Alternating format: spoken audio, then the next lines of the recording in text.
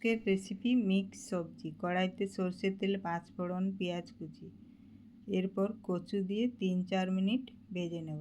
তারপর মূলো, বেগুন দিয়ে নেড়ে চেড়ে আন্দাজ মতো নুন হলুদ দিয়ে সবজি কিছুক্ষণ ভেজে নেব।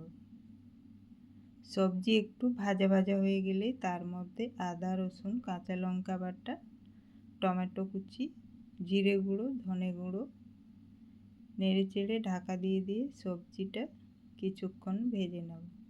মশলার কাঁচা গন্ধ চলে গেলেই কেটে ধুয়ে রাখা পুঁই শাক ডাঁটা দিয়ে ঢাকা দিয়ে 2-3 মিনিট রেখে ঢাকনা খুলে নেড়ে চেড়ে একটু সবজিটা ভেজে নেব। সবজি খুব ভালোভাবে ভাজা ভাজা হয়ে গেলেই তার মধ্যে 2 কাপ মতো জল দিয়ে দেব।